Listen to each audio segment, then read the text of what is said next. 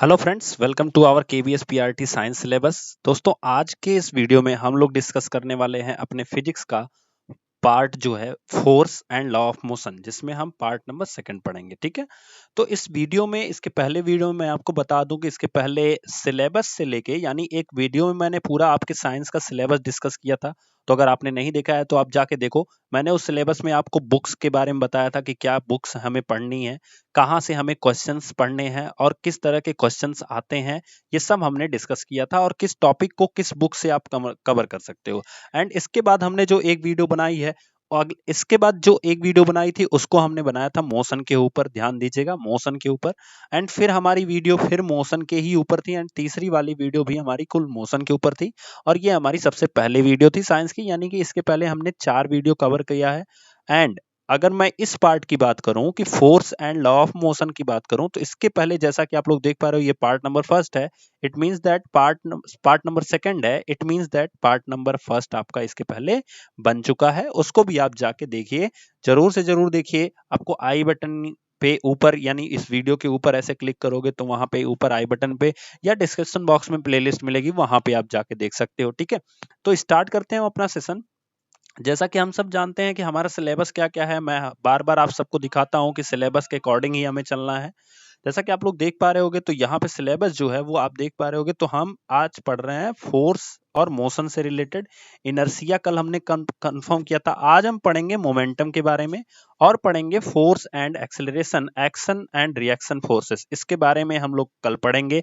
आज का हमारा टॉपिक मोमेंटम है and second law of motion है। ठीक है, तो ये ध्यान दीजिएगा। हम आगे बढ़ते हैं तो देखते हैं, जैसा कि मैंने आपको बताया था, इनर्शिया कल थोड़ा सा बताया था, आज हम उसके बारे में पूरा ब्रीफ में देखते हैं।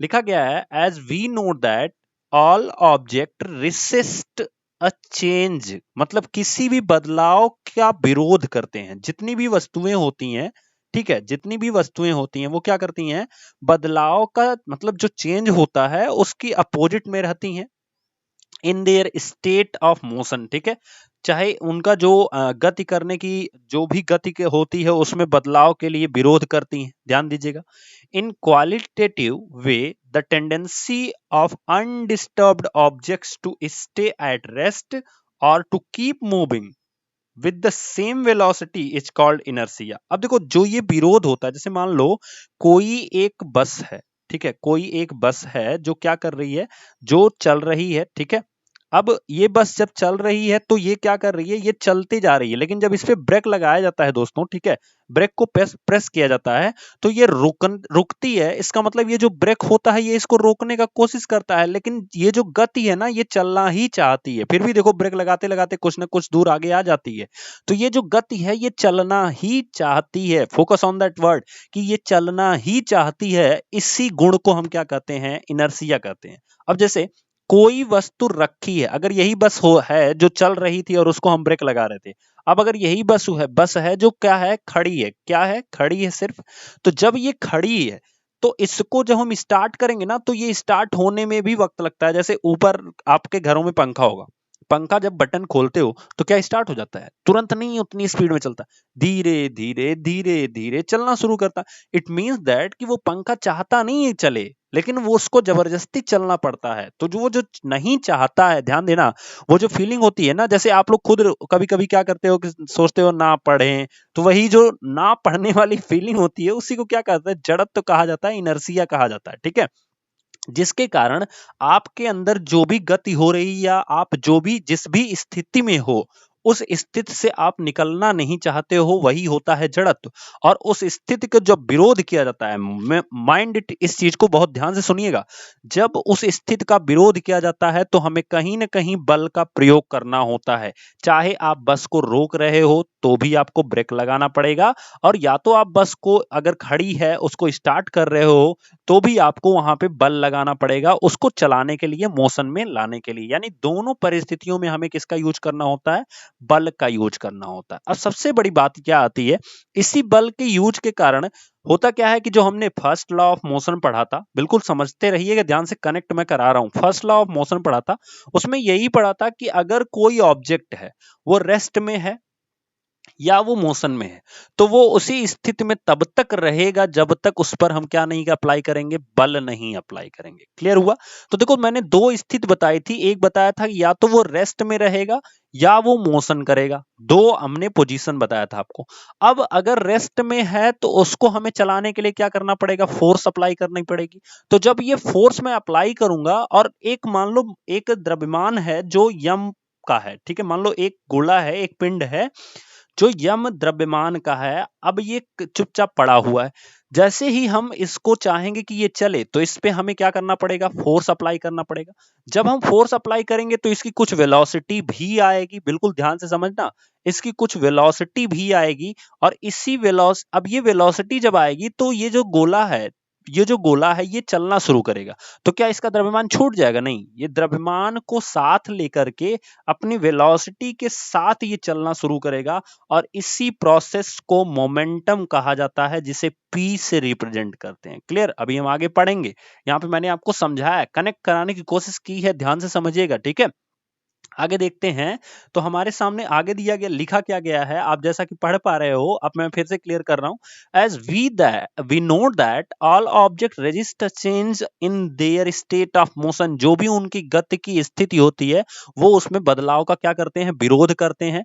इन क्वालिटेटिव वे, जो the tendency of undisturbed objects to stay at rest और to keep moving with the same velocity. देखो यहाँ पे इस वर्ड्स का यूज किया गया, सेम वेलोसिटी के साथ अगर कोई भी वस्तु जो है वो मूव कर रही है, चल रही है, ठीक है, तो वो उसी में बने रहना चाहती है और यही क्या कहलाता है। अब जैसा लिखा गया, वस्तुओं की प्रवृत्ति को आराम नहीं, यहाँ पे विराम होना चाहिए, विराम में रहने या उसी वेग से आगे बढ़ने की प्रवृत्ति को हम क्या कहते हैं, जड़ता या जड़त्व कहा जाता है। क्लियर? अब जैसा कि लिखा गया है, the first law of motion is known as the law of inertia. अभी मैंने आपको फर्स्ट लॉ ऑफ मोशन समझाया। First law of motion is stay that कि जो चीजें, कोई भी अगर उसमें ऑब्जेक्ट है, अगर वो रेस्ट पोजीशन में है, किस में है, रेस्ट पोजीशन में है, यानी विरामावस्था में है, तो ये इसी तरह से रहना चाहेगा। दूसरा क्या है कि अगर ये ऑब्जेक्ट मूव कर रहा है तो ये हमेशा मूव ही करना चाहेगा। इसी को ये तब तक अपनी स्थिति में परिवर्तन नहीं करेंगे जब तक इन पर हम कोई एक्सटर्नल फोर्स अप्लाई नहीं करेंगे, तब तक ये अपनी स्थिति में परिवर्तन या अपने पोजीशन में चेंजेस नहीं लाएंगे। ठीक है, and it is known as law of inertia. ये ध्यान दीजिएगा कि जो हमारा मोशन का फर्स्ट लॉ है, इसी को लॉ ऑफ इनर्शिया भी कहा जाता है। तो आपसे पूछ भी सकता है एग्जाम में कि जो गति का पहला नियम होता है उसे और किस नाम से जानते हैं, तो उसे हम जड़ता के नियम के नाम से जानते हैं। पहला नियम आप याद रखिए इस चीज को। ठीक है, क्लियर? आगे बढ़ते हैं। तो यहां पे दिया गया है relation between inertia and mass. तो जो इनर्शिया और मास का रिलेशन होता है वो क्या होता है, उसके बारे में मैंने अभी थोड़ी देर पहले समझाया। जैसे मान लो, ध्यान से समझना, इनर्शिया और मास का जो रिलेशन होता है वो क्या होता है। अभी हमने पढ़ा कि अगर कोई पिंड है, कोई गोला है, या कह सकते हो कोई भी ऑब्जेक्ट है, ये अगर रेस्ट में है, ठीक है, मतलब ये विरामावस्था में है, तो इसी अवस्था में रहना चाहेगा जब तक कि इस पर कोई बाह्य बल ना लगाया जाए, या कह सकते हो ये इस चीज का विरोध करता है। तो जो विरोध करना होता है वही क्या कहलाता है, इस पिंड की जड़ता कहलाती है। दूसरा क्या है, नंबर फर्स्ट हो गया ये। दूसरा क्या है कि अगर ये मूव कर रहा है, तो ये हमेशा मूव करना चाहेगा, लेकिन बिकॉज ऑफ फ्रिक्शन फोर्स, मैंने कल समझाया था फ्रिक्शन फोर्स, आप लोग नहीं देखो तो जाके देखो, ये कभी न कभी रुक जाता है, लेकिन ये जब चलता है ना तो इसी फ्रिक्शन फोर्स का विरोध करता है। हालांकि नेट फ्रिक्शन फोर्स जब इसके द्वारा लगाया गया बल, इस पिंड के द्वारा लगाया गया बल और इसका बल दोनों क्या हो जाता है, जीरो हो जाता है, देन एट दैट पॉइंट ये जो होता है वो रेस्ट में आ जाता है, यानी रुक जाता है। ठीक है, तो ये भी जड़ता कहलाती है। मतलब ये चलना ही चाहता है और इसी के चलने में अगर कोई चीज बाधा आ रही है तो उसी का ये विरोध करता है। It is called inertia. Clear? अब इसमें मास का क्या रोल होता है, ध्यान से समझना। चाहे पिंड फर्स्ट हो चाहे हमारा पिंड सेकंड हो, सबका मास होगा। इसे M2 ले लेते हैं, इसे M1 ले लेते हैं, ठीक है। अब अगर ये रेस्ट में है तो हमें इसको चलाने के लिए कुछ फोर्स देना पड़ेगा। जैसे ही हम फोर्स देंगे तो इस मास 1 के पास कुछ वेलोसिटी आएगी एंड इट्स कॉल्ड मोमेंटम। क्या कहा जाता है? संवेग। मतलब संवेग को हिंदी में अगर डिफाइन करोगे, ध्यान से समझना, अभी हम संवेग के बारे में आज पढ़ेंगे भी। संवेग को मतलब साथ साथ वेग, मतलब अगर द्रव्यमान के साथ वेग हमारा आ जाए तो उसे ही हम क्या कहते हैं? संवेग कहते हैं। क्लियर? मतलब सिंपल सी भाषा में समझो, कोई पिंड अगर रुका है, उसको हमने फोर्स कर दिया, वो चलना शुरू कर दिया, तो इस पिंड का कुछ ना कुछ द्रव्यमान होगा और जब ये चलेगा तो उसकी कुछ वेलोसिटी होगी और इसी को हम क्या कहते हैं? संवेग कहते हैं। Is that clear?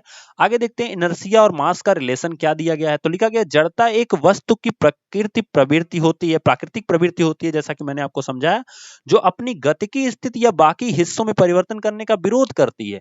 कि किसी वस्तु का द्रव्यमान उसकी जड़ता का माप है। जो वस्तु का द्रव्यमान है ना, वही उसकी जड़ता का माप है। जैसे एग्जांपल समझना कि अगर कोई छोटा सा पिंड हो, जैसे ध्यान समझना, हमने कल पढ़ा था कि एक पेपर के ऊपर एक 5 रुपए का कॉइन रखा था, ठीक है, और हमने उस पेपर को झटके से हटा दिया था तो वो कॉइन कहां आ गया था? इस गिलास में ऐसे गिर गया था। मैंने कल पढ़ाया था आपको, ठीक है। अगर यही कॉइन इस कॉइन की जगह पे एक पतला सा पेपर रखा जाए तो क्या पेपर नीचे गिरेगा? नहीं गिरेगा, क्योंकि ये जो पतला सा पेपर इसके ऊपर रखा जाएगा, वो क्या होगा? वो धीरे धीरे इसी पेपर के साथ निकल जाएगा बाहर।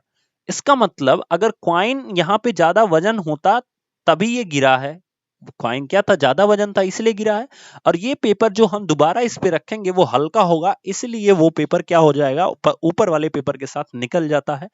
तो यहाँ पे यही चीज कही गई है कि किसी भी वस्तु का जो द्रव्यमान होता है वो उसकी जड़ता का माप होता है। भाई द्रव्यमान अगर कॉइन का ज्यादा था तो ये नीचे गिर गया, अगर कॉइन का द्रव्यमान कम होता तो उसके साथ निकल जाता। अब जड़ता क्या है? कॉइन क्या करता है? कॉइन विरोध कर रहा है कि वो गति में नहीं आना चाहता है।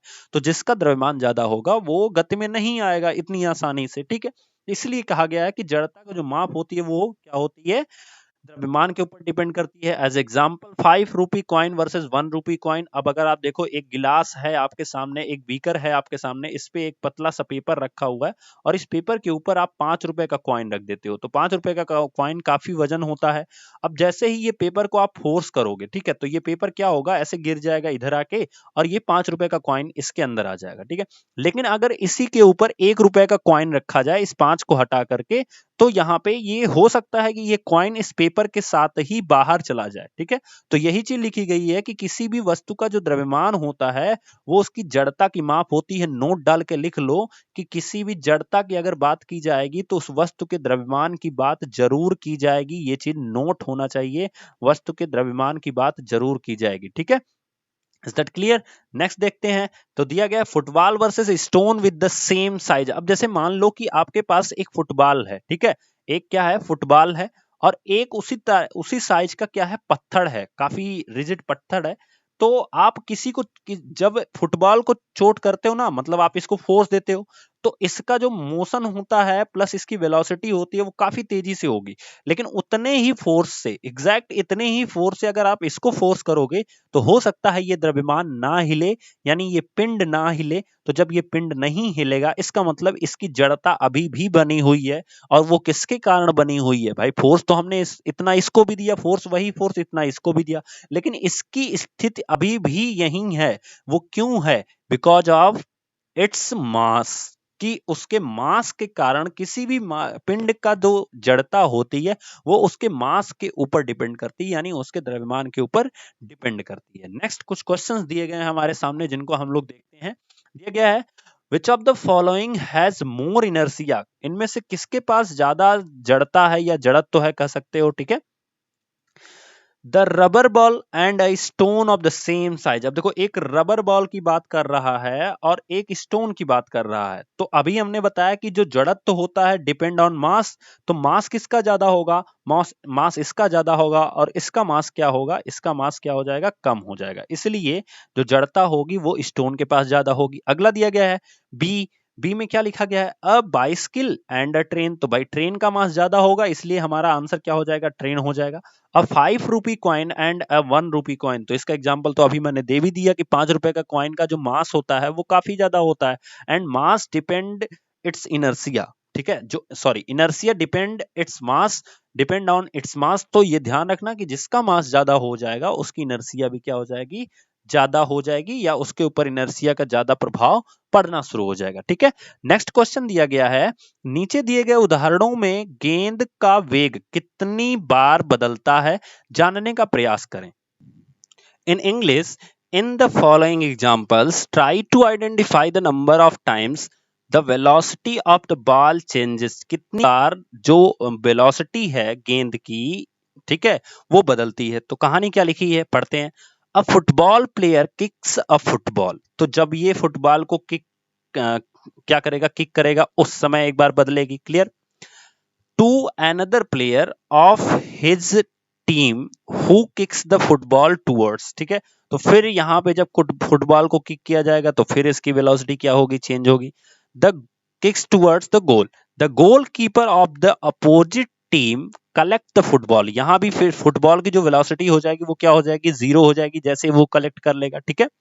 And kicks it towards a player of his own team, तो ये अपने टीम के पास जब क्लिक करेगा तो फिर चौथी बार इसकी फुटबॉल की जो वेलोसिटी होगी वो चेंज होगी। Also identify the agent supplying the force of each case, अब हर केस में आपको ये भी बताना है, यहाँ पे क्या लिखा है हिंदी में भी मैं पढ़ के बता रहा हूँ, फुटबॉल का एक खिलाड़ी गेंद पर किक लगाकर गेंद को अपनी टीम के दूसरे खिलाड़ी के पास पहुंचाता है, तो भाई सिंपल सी बात है, पहली बार यहाँ पे क्या होगा, चेंज हो गया, दूसरा खिलाड़ी उस गेंद को किक करके गोल तक पहुंचाने का प्रयास करता है, तो देन यहाँ पे 2 बार चेंज हो गया। विपक्षी टीम का गोलकीपर उसे पकड़ लेता है, तो 3 बार चेंज हो गया। एंड फिर क्या करता है, और अपनी टीम के खिलाड़ी के पास किक करता है, तो यहाँ पे 4 बार चेंज हो गया, क्लियर दैट। इसके साथ ही उस कारक को पहचान करें जो प्रत्येक अवस्था में बल प्रदान करता है, तो प्रत्येक अवस्था में कौन बल प्रदान करता है, तो प्रत्येक अवस्था में आपको आपका फोर्स जो है ना उसको कौन देता है, तो फोर्स जो है वो किक और स्टॉपेज देता है, मतलब जब हम किक कर रहे हैं तो उसको फोर्स मिल रहा है, और जब हम ये गोलकीपर इसको पकड़ लिया था तो भी इसको क्या हो गया था, यानी कि जब इसको स्टॉप कर दिया गया था तो इसको फोर्स जो है वो मिल गया था, जिसकी वजह से गेंद क्या हो गई थी, स्टॉप हो गई थी। तो बस यही आपको बताना है कि कौन कौन से कारक हैं। तो सबसे पहली स्टेज में भी किक था, दूसरी स्टेज में भी किक है, तीसरी स्टेज में जब गोलकीपर पकड़ता है यानी स्टॉप करता है तो वहां पे स्टॉपेज हो जाएगा, एंड चौथी स्टेज में फिर वो किक करता है, इसलिए 3 स्टेज में आपके किक मिलेंगे, फोर्थ स्टेज में आपको क्या मिलेगा, स्टॉप मिलेगा। नेक्स्ट क्वेश्चन देखते हैं, किसी पेड़ की शाखा को तीव्रता से हिलाने पर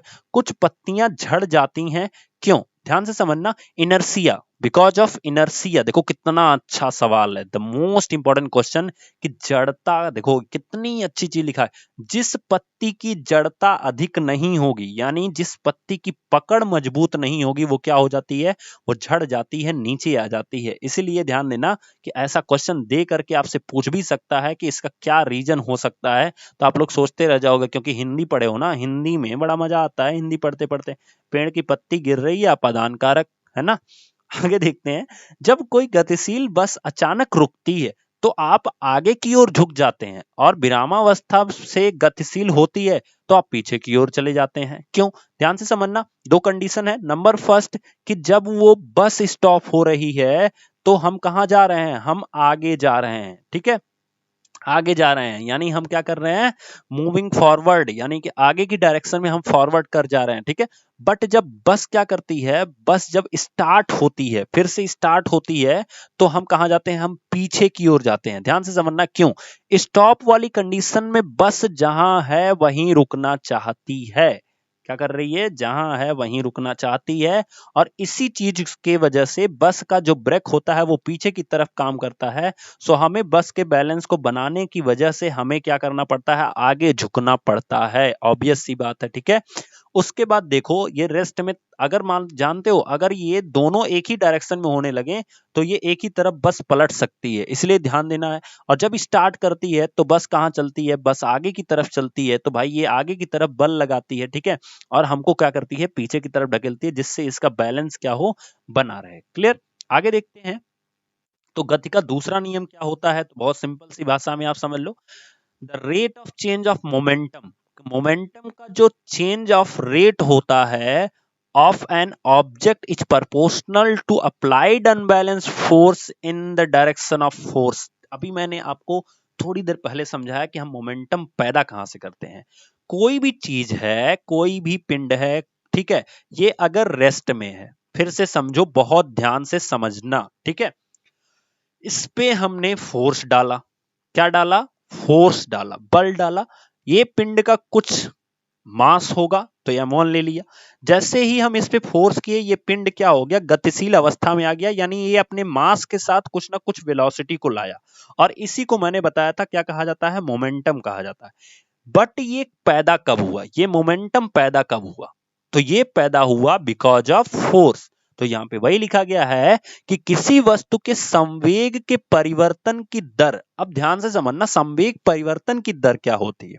मान लो एक फोर्स मैंने डाला तो ये इतनी वेग में आया, हम साइकिल चलाते हैं ना, तो एक पैडल मार जब एक पैडल हम कंप्लीट करते हैं तो साइकिल में थोड़ी स्पीड आती है, जब हम उसको दूसरा पैडल देते हैं तो थोड़ी और स्पीड आती है, तीसरा करते हैं तो थोड़ी और स्पीड आती है। ध्यान रखना, हर सिचुएशन में हम उसको फोर्स प्रोवाइड कर रहे हैं। इट मींस दैट ये जो चेंज हो रहा है मोमेंटम का, पहले उसका मोमेंटम P1 रहा होगा, फिर P2 रहा होगा, फिर हमने क्या किया, P3 रहा होगा, तो ये जो मोमेंटम का चेंज हो रहा है, ये प्रोपोर्शनल टू फोर्स होता है भाई। जितना फोर्स अप्लाई करोगे उसी हिसाब से क्या होगा, मोमेंटम में चेंज आएगा, ठीक है। तो सिंपल सी भाषा में समझो, P is proportional to, sorry, F is proportional to P and F is equals to, ध्यान से समझना, F इज इक्वल्स टू, हमने क्या पढ़ा है कि the rate of change of momentum P upon T होगा, कि एक सेकंड में कितना मोमेंटम चेंज हो रहा है इसके ऊपर डिपेंड करता है, ठीक है। आगे देखते हैं, तो मोमेंटम चेंज हो रहा है of an object proportional to applied unbalance force in the direction of force. तो इट मींस दैट कि P is proportional to F is proportional to P upon T। Clear हुआ। अब इसी चीज को जब F is proportional to P upon T हो गया, तो इसको हम क्या लिख सकते हैं, F is proportional to mv upon T। अब देखो, ये केवल mv ये नहीं रहेगा, ध्यान से समझना, क्यों नहीं रहेगा, बिकॉज ऑफ दैट हम यहाँ पे वेग का परिवर्तन होता जाएगा। सपोज दैट कि हमने एक बार ऐसे पैडल कर दिया, तो क्या साइकिल उतनी ही स्पीड से चल देगी, नहीं, उसकी वेलोसिटी में परिवर्तन होगा, मास नहीं चेंज होगा, उसका वेलोसिटी चेंज होगी, ठीक है। तो वेग परिवर्तन की जो दर होती है उसे त्वरण कहा जाता है। जैसे अब अगर हम लिखेंगे तो मास उतना ही रहेगा, मान लो पहले वेलोसिटी v थी, अब सॉरी पहले वेलोसिटी u थी, अब वेलोसिटी कितनी हो गई, v हो गई, मतलब कम हो गई या ज्यादा हो गई, डजंट मैटर, ठीक है। तो वेग परिवर्तन की जो दर होती है, वेग परिवर्तन की जो दर होती है, इसे ही क्या कहा जाता है, त्वरण कहा जाता है। Then F is proportional to m into a, इस पूरी क्वांटिटी को a लिखा जा सकता है। Then F is proportional to k into m a, where k is a constant, and हम हर जगह इसको गणितीय गणना करने के लिए k की वैल्यू 1 लेते हैं। Then F is equals to m a। अब जैसा कि आप एग्जांपल देख पा रहे होगे, ध्यान से समझना कि इस गेंद के पास मास भी है, वेलोसिटी भी है, ठीक है। अब होता क्या है कि जब ये कैच लेता है, फर्स्ट स्टेज में देखो यहां लेता है, ठीक है, फिर ये नीचे क्यों कर रहा है, बिकॉज आप उतने मास और वेलोसिटी को अपने हाथ में रोकोगे तो आपको चोट लग सकती है, क्योंकि मास है, वेलोसिटी तेजी से आ रही है, तो उसको चोट लग सकती है। सो ये वेलोसिटी को धीरे धीरे कम करता है, कम करता है, कम करता है, कम करता है, एंड जीरो पे ला देता है, जिससे उसके हाथ में चोट नहीं लगती। Clear that. इसी तरह से यहां पे लिखा गया है कि क्रिकेट के खेल में कैच लपकने के लिए क्षेत्ररक्षक गेंद के साथ अपने हाथों को धीरे धीरे पीछे खींचता है, और यही जो प्रोसेस होती है, इसी की वजह से इसके हाथ में चोट नहीं लगती है। तो आपसे ये पूछ भी सकता है, ध्यान रखिएगा, मैंने अभी आपको समझाया कि F is equals to M A की वैल्यू भी मैंने आपको समझाया कि V minus U upon T होगी, जैसा कि मैंने आपको समझाया। यूनिट क्या होगा, kg into m, kilogram metre per second square कह सकते हो। देखो ध्यान से समझना कैसे होगा, जो मास होता है किसी भी चीज का, जो द्रव्यमान होता है, उसे हम किलोग्राम में मापते हैं, ठीक है। अच्छा, अब देखो, जो वेलोसिटी होती है इसका मात्रक क्या होता है, किसी भी चीज का जो वेग होता है, तो वेग का मात्रक होता है मीटर प्रति सेकंड, ठीक है। अच्छा, नीचे टी का मात्रक ऑलरेडी सेकंड होगा, यानी यहाँ पे सेकंड हो गया, तो ये ऊपर हो गया kilogram metre and divided by second to second square, तो इसको हम लिख सकते हैं kilogram metre into second to the power -2। तो इसी को हम पढ़ेंगे kilogram metre into second kilogram metre per second square, इसको इस तरह से पढ़ा जाएगा। आगे देखते हैं दोस्तों कुछ क्वेश्चंस जिसको हम लोग लगाते हैं। दिया गया है constant force acts on an object of 5 mass 5 kg। ध्यान से समझना, आपको क्या लिखना होता है, बहुत सिंपल से वर्ड्स मैंने आपको बहुत बार समझाया इन चीजों को। क्या गिवन है, m1 is equals to 5 kg, ठीक है। अब यहां पे लिखा गया है constant force acts on an object of mass 5 kg for a duration of 2 second. T हमको मिला है 2 सेकेंड, लिखते जाओ, ठीक है। It increases the object velocity from 3 metre per second to 7 metre per second. It means that कि हमें जो वेलोसिटी मिल रही है वो पहले u जो है वो 3 मीटर पर सेकेंड थी, अब कितनी मिल गई है, 7 मीटर पर सेकेंड हो गई है। Find the magnitude of the applied force. आपको पता करना है कि जो अप्लाई किया गया फोर्स है शुरू में ये कितना है, तो हमें क्या फाइंड आउट करना है, F की वैल्यू फाइंड आउट करनी है। नाउ अभी आगे कुछ कंडीशन दिया गया, if the force was applied for the duration of 5 second what would be the final velocity of the object. अगर फोर्स क्या किया जाए, 5 मिनट के लिए अप्लाई किया जाए तो फाइनल वेलोसिटी यानी v की वैल्यू क्या होगी, यानी अगर हम t को क्या कर दें, इस फोर्स को लगभग 5 सेकेंड तक अप्लाई कर दें तो v कितना होगा, ये ध्यान देना है, ठीक है। देखते हैं कैसे लगाते हैं, तो इसको हम लोग स्टार्ट करते हैं। तो हमारे पास पहला फार्मूला आता है F is equals to M a. क्या आता है, पहला फार्मूला आता है F is equals to M a. तो हम इसको स्टार्ट करते हैं, F is equals to M a से अगर हम स्टार्ट करेंगे, ठीक है, तो A की वैल्यू तो हमें दिया नहीं है, तो हम क्या कर सकते हैं, पहली कंडीशन के अकॉर्डिंग यहाँ पे केस नंबर फर्स्ट लिखते हैं, केस नंबर फर्स्ट, ठीक है। Case number first F is equals to M a, m की वैल्यू 5 है, ए को हम लिख सकते हैं v minus u upon t, ठीक है। तो इसको हम लिख सकते हैं 5 मल्टीप्लाई बाई v कितना था, सॉरी 7 था, 7 माइनस 3, ठीक है, 7 माइनस 3 डिवाइडेड बाई टाइमिंग कितनी थी, तो फर्स्ट केस में टाइमिंग हमारी 2 सेकंड की है, तो यहाँ पे हम क्या लिखेंगे 2, ठीक। अब ऊपर कितना आ गया, तो आप देखो इसको हम लिख सकते हैं 5 and 7 minus 3 is equals to 4 divided by 2, 2 जा 4 देन 5 2 जा 10, यानी 10 न्यूटन। याद रखना कि जब हम फोर्स का SI यूनिट लिखेंगे देन न्यूटन लिखेंगे, और अगर MKS यूनिट लिखा है जैसा कि बार बार ऑप्शंस में आता है, तो MKS यूनिट जो होती है वो आपकी हो जाएगी 10 kilogram metre per second square, ठीक है, 10 kilogram metre per second square. Is it clear. Next case second, case second क्या कहता है, केस सेकंड कहता है कि अगर ये फोर्स, ठीक है, जो फोर्स अप्लाई किया जा रहा है 10 किलोग्राम या 10 न्यूटन का जो फोर्स है वो जो अप्लाई किया जा रहा है, अगर 5 मिनट तक 5 सेकंड तक अप्लाई किया जाए तो फाइनल वेलोसिटी क्या होगी, ठीक है। तो आपको पता है फाइनल वेलोसिटी का फॉर्मूला होता है v equals to u plus a and t। अच्छा देखो यहाँ पे a हमें पता नहीं है, a की वैल्यू तो हमें पता ही नहीं है, ठीक है, बट आप निकाल सकते हो बहुत आसानी से, क्योंकि यही जो वैल्यू है यही किसकी वैल्यू है, t की, सॉरी a की वैल्यू है, ठीक है।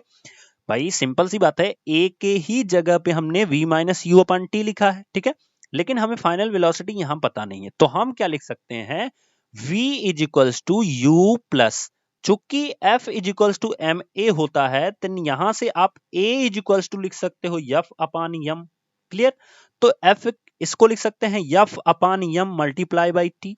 अब जरा इसको सॉल्व करते हैं, देन ये क्या हो जाएगा, v is equals to u की वैल्यू कितनी है दोस्तों, तो ये है 3 मीटर पर सेकेंड, तो यहां पे हम लिखेंगे 3 मीटर, एंड प्लस f की वैल्यू कितनी है, तो f की वैल्यू 10 आई है, तो यहाँ पे हम 10 लिखते हैं, मास कितना है 5 kg है, तो यहाँ पे हम 5 लिखते हैं, एंड मल्टीप्लाई बाई, आपको पता है कि अब कितने देर तक हमें अप्लाई करना है फोर्स को, 5 सेकंड तक अप्लाई करना है, तो मल्टीप्लाई बाई 5, ठीक है। इसको सॉल्व करते हैं तो कितना आएगा, 5 से 5 cancel, and 10 plus 3 is equals to कितना हो जाएगा 13 मीटर पर सेकेंड। ठीक है, तो ये हमारी वेलोसिटी हो जाएगी। अगर इतना ही फोर्स हम 5 सेकंड तक अप्लाई करें तो उस जो ऑब्जेक्ट है उसकी वेलोसिटी कितनी हो जाएगी 13 मीटर पर सेकंड। एंड जो हमारा आंसर होगा, जो फोर्स है वो कितना है 10 KG metre per second square, और इसी की जगह पे हम लिख सकते हैं 10 न्यूटन। ठीक है, नेक्स्ट क्वेश्चन देखते हैं। तो क्वेश्चन दिया गया है किसमें अधिक बल की आवश्यकता होगी। कंडीशन नंबर फर्स्ट, 2 केजी द्रव्यमान वाली एक वस्तु को 5 मीटर पर सेकंड स्क्वायर की दर से त्वरित करने में। तो देखो केस नंबर फर्स्ट, इसमें जो हमारा m1 दिया है वो दिया गया है 2 केजी, a1 जो दिया गया है वो दिया गया है 5 metre per second square. Clear. Case number second पे आते हैं। तो लिखा गया है 4 किलोग्राम द्रव्यमान वाली वस्तु को 2 मीटर पर सेकंड स्क्वायर पे, तो m2 is equals to 4 KG and a2 is equals to 2 metre per second square. अब केस नंबर फर्स्ट की अगर हम बात करें, तो इसमें हमारा f इज इक्वल्स टू क्या होगा, ma होता है। ठीक है, यानी f1 अगर हम निकालेंगे तो m1 a1 लिखेंगे। और अगर हम केस नंबर 2 की बात करें, तो हम क्या लिखेंगे, F2 is equals to M2 into A2। Clear that. तो F1 की वैल्यू हमें फाइंड आउट करनी है। देन M1 कितना है 2 kg है, तो यहाँ पे हम लिखते हैं 2 kg। A1 कितना है 5 मीटर पर सेकंड स्क्वायर, तो यहाँ पे हम 5 मीटर पर सेकंड स्क्वायर लिख लेते हैं। ध्यान दीजिएगा, एग्जाम में हमेशा जब भी आप कोई भी क्वेश्चन लगाइएगा तो उसकी जितनी भी यूनिट है वो एक ही फॉर्मेट में होनी चाहिए, या तो MKS में हो, या तो SI में हो, या तो CGS में हो। तो ये दोनों के MKS में ही है, ये किलोग्राम में है, मीटर में है, सेकंड में है, तो इसलिए कोई प्रॉब्लम नहीं है। तो ये हो जाएगा 10 न्यूटन का फोर्स, F1 की वैल्यू आ गई। अब हम F2 निकालते हैं। Then F2 is equals to M2 की वैल्यू कितनी दी गई है 4 kg, तो यहाँ पे लिख लो 4 kg। एंड A2 की वैल्यू कितनी दी गई है 2, तो यहाँ पे मल्टीप्लाई करा दो तो ये हो जाएगा 8 न्यूटन। देन आप कह सकते हो कि F1 is greater than F2, मतलब जो वैल्यू ज्यादा होगी वो F1 की ज्यादा होगी और F2 की क्या होगी, कम होगी। Clear that. नेक्स्ट देखते हैं। थर्ड क्वेश्चन दिया गया है, एक कार 108 किलोमीटर प्रति घंटे की गति से चल रही है। चलो, तो हमने उसका अगर वेलोसिटी लिखनी है तो 108 किलोमीटर पर आवर हो गई। Clear that. और ब्रेक लगाने के बाद 4 सेकंड के बाद, ब्रेक लगाने के बाद यह रुकने में 4 सेकंड का समय लेती है। इसका मतलब जो वेलोसिटी होगी फाइनल वो 0 हो जाएगी। एंड टाइमिंग कितनी हो गई इसकी 4s हो गई। ठीक है, कार पर ब्रेक लगाए जाने के बाद लगने वाले बल की गणना करें। कार का यात्रियों सहित कुल द्रव्यमान कितना है 1000 किलोग्राम है। तो इसको लिख लेते हैं दोस्तों, क्या दिक्कत है। इसमें जो मास हमारा है वो कितना है 1000 kg है। आपसे पूछा क्या गया है, फोर्स पूछा गया है। देन आप क्या लिख सकते हो, आप सॉल्यूशन अगर करोगे इसका तो F इज इक्वल्स टू क्या होता है m multiply by a, and m multiply by a की वैल्यू क्या होती है v minus u upon t. ठीक है, या सीधी भाषा में कह सकते हो कि वेग की परिवर्तन की जो दर होती है, rate of change of velocity, ठीक है, तो उसे ही हम क्या कहते हैं, एक्सेलरेशन कहते हैं। देन आप वैल्यू पुट करोगे तो m की वैल्यू कितनी है 1000, तो 1000 पुट करो। बट ध्यान देना, यहाँ पे ये केजी है, ये आवर है, सब सही है, ये भी केजी है, कोई प्रॉब्लम नहीं है, लेकिन ये जो टाइमिंग है ना ये 4 सेकंड से दी गई है। तो इसको अगर हम चेंज करेंगे किसमें, आवर में, तो ये हो जाएगा 4 डिवाइडेड बाई 36। देन इसको काटोगे तो 1 अपान 900 आ जाएगा। कितना आ जाएगा 1 अपान 900 आवर आ जाएगा। ठीक है, तो यहां से हम लिख सकते हैं, यहाँ पे m की वैल्यू हो गई 1000। देन वेलोसिटी कितनी चेंज हो रही है, तो वो चेंज हो रही है 108 से 0 हो जा रही है। इसका मतलब चेंज कितने का हुआ 108 का हुआ अपान, अब यहाँ पे देखो टाइमिंग कितनी आ रही है, तो 1 अपान 900 आ रही है, 1 अपान 900 आ रही है। तो ये 900 कहाँ जाएगा, एकदम ऊपर जाएगा, इसके पास जाएगा, तो ये हो जाएगा 1000 multiply by 108 and multiply by 900, और ये कुल मिला जुला के जो न्यूटन आएगा, वो जो आपका फोर्स आएगा, सॉरी यहाँ पे हम जो वेलोसिटी है, सॉरी टाइमिंग जो है वो 4s ही लेंगे, बिकॉज ये सही रहेगा और इसको चेंज कर देंगे मीटर पर सेकंड में तो हमारा सारी चीजें सही हो जाएंगी। ठीक है, क्लियर। तो इसको चेंज करके थोड़ा सा आप लोग लगाइएगा। नेक्स्ट क्वेश्चन देखते हैं, दिया गया है 9.4, 5 न्यूटन का बल किसी द्रव्यमान m1 को 10 मीटर पर सेकंड स्क्वायर के का त्वरण देता है। तो अगर जो हमारा F1 हम देखें तो वो दिया गया है 5 न्यूटन, m1 एक द्रव्यमान है, एक मास है जो हमारा दिया गया है। ठीक है, और अगर A1 देखें यानी त्वरण देखें तो वो कितना दिया गया है 10 मीटर पर सेकंड स्क्वायर। इसी तरह से द्रव्यमान m2 को 20 मीटर पर सेकंड स्क्वायर का त्वरण देता है। ठीक है, यही 5 न्यूटन का जो बल है यही क्या करता है, मास जो m2 है इसको कितने का त्वरण देता है, इसको देता है A2 की value 20 metre per second square का। ठीक है, अगर दोनों द्रव्यमानों को एक साथ मिला दिया जाए तो बल के द्वारा क्या त्वरण उत्पन्न होगा। तो बहुत सिंपल सी बात है, अभी हमने पढ़ा था कि जब हम फोर्स को अप्लाई कर देते हैं किसी भी चीज पे, ठीक है, जब हम फोर्स को क्या कर देते हैं, अप्लाई कर देते हैं किसी चीज पे और दोनों को अगर हम मिला के रखेंगे तो सिंपल सी बात है कि वही जो दोनों का एक्सेलरेशन होगा उसके बेस पे हम इसको देखेंगे। तो हम इसको लगाते हैं दोस्तों। तो हम यहाँ पे देख रहे हैं कि ये जो F2 है ये भी कितना है, 5 न्यूटन का है। ठीक है, अब इस कंडीशन से हम पहले M1 फाइंड आउट करेंगे। तो M1 इज इक्वल्स टू हो जाएगा F1 अपान A1, F1 की वैल्यू, और M2 इज इक्वल्स टू कितना हो जाएगा F2 अपान A2। क्लियर। तो M1 की वैल्यू कितनी होगी, ध्यान से समझना। M1 की वैल्यू होगी, F1 दिया गया है तो F1 का मान कितना है 5 न्यूटन है, तो 5 न्यूटन डिवाइडेड बाई कितना हो जाएगा 10 मीटर पर सेकंड स्क्वायर। तो इसको जो हम सॉल्व करेंगे तो कितना हो जाएगा, आपका हो जाएगा पूरा का पूरा सॉल्व करोगे तो 0.5 किलोग्राम। ठीक है, अच्छा आगे दिया गया है 50 कर सकते हो। M2 की वैल्यू कितनी आएगी, तो देखो M2 की वैल्यू F2 का भी मान 5 न्यूटन ही है तो ये 5 न्यूटन ही रहेगा, एंड डिवाइडेड बाई 20 दिया गया है। जब आप डिवाइड करोगे तो ये कट के आएगा 1/4, एंड जब 1/4 को आप डिवाइड करोगे तो ये आ जाएगा 0.25 kg। अब हमें क्या कहा है सवाल में कि इन दोनों बलों को मिला दिया जाए। तो जब दोनों को हम मिलाएंगे तो हम मान लेते हैं एक बड़ा सा मास बनेगा जो M1 प्लस M2 के बराबर होगा। तो M1 की वैल्यू कितनी दी गई है 0.5 kg एंड M2 की वैल्यू 0.25 kg। ठीक है, ठीक है, तो हम जब इन दोनों को ऐड करेंगे तो 0.75 kg एक पूरा मास बनेगा, और इसी मास पर जो F लगेगा वो 5 न्यूटन का लगेगा। देन हमें फाइंड आउट करना है कि x का एक्सेलरेशन कितना होगा, ये फाइंड आउट करना है। देन F इक्वल्स टू क्या होता है, m इंटू ए, m इंटू ए हो गया। अब यहां से हम a की वैल्यू अगर हम फाइंड आउट करेंगे देन a इक्वल्स टू क्या होगा, F अपान m। F की वैल्यू कितनी है 5 न्यूटन है, डिवाइडेड बाई आप देखोगे यहाँ पे कितना आ रहा है 0.75 kg। तो इसको आप अप्लाई कर देना, देन आपका आंसर आ जाएगा। ठीक है, आगे देखते हैं, आगे देखते हैं नेक्स्ट क्वेश्चन क्या दिया गया है। तो अगला सवाल दिया गया है कि एक लंबी मेज पर एक सीधी रेखा में जा रही 20 ग्राम की गेंद व समय वेग ग्राफ चित्र 9.9 में दिया गया है। अब आप देख रहे होगे कि एक 20 ग्राम की जो गेंद है वो क्या हो रही है, एक लंबी रेखा में ऐसे जा रही है। अब देखो वेलोसिटी क्या थी उसकी शुरू में, अगर आप यहाँ ग्राफ में फोकस करोगे तो इनिशियल वेलोसिटी उसकी थी 20 सेंटीमीटर पर सेकेंड।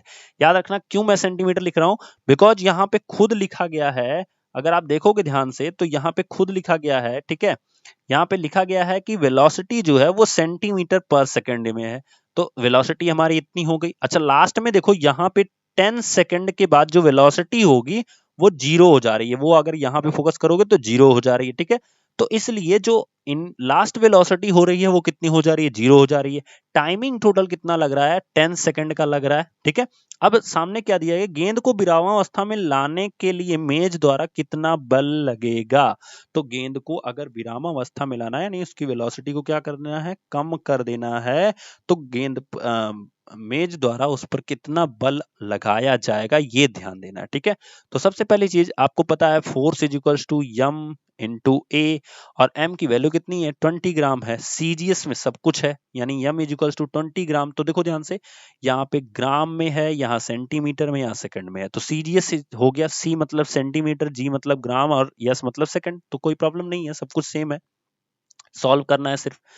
तो यहां से हमें क्या फोर्स अप्लाई करना पता करना है। तो अभी हमारा m की वैल्यू कितनी दी गई है, 20 दी गई है, एंड a की वैल्यू क्या होती है, v minus u upon T.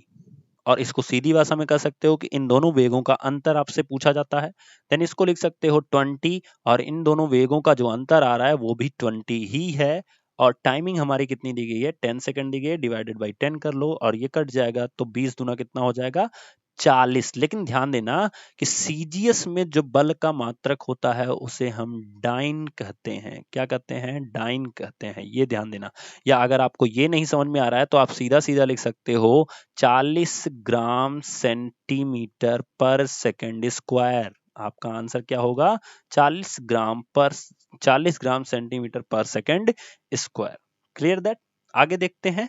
तो अगले पार्ट में हम पढ़ेंगे, अपने अगले वीडियो में पार्ट 3 पढ़ेंगे, जो कि हमारा फाइनल पार्ट होगा, जिसमें हम थर्ड लॉ ऑफ मोशन पढ़ेंगे एंड साथ ही साथ कंजर्वेशन ऑफ मोमेंटम, जो कि आपके सिलेबस का एग्जैक्ट टॉपिक है। तो कंजर्वेशन क्या होता है और कैसे उसके बेस पे, जैसे हम लोग पढ़ते हैं ना कि अगर एक पिंड दूसरे पिंड से टकरा जाए फिर वो एक साथ चलना शुरू कर दे, इस बेस पे क्वेश्चन भी पूछा गया था आपके केबीएस में। तो दोस्तों नेक्स्ट वीडियो में हम लोग इस पार्ट को डिस्कस करेंगे। तब तक के लिए थैंक यू सो मच।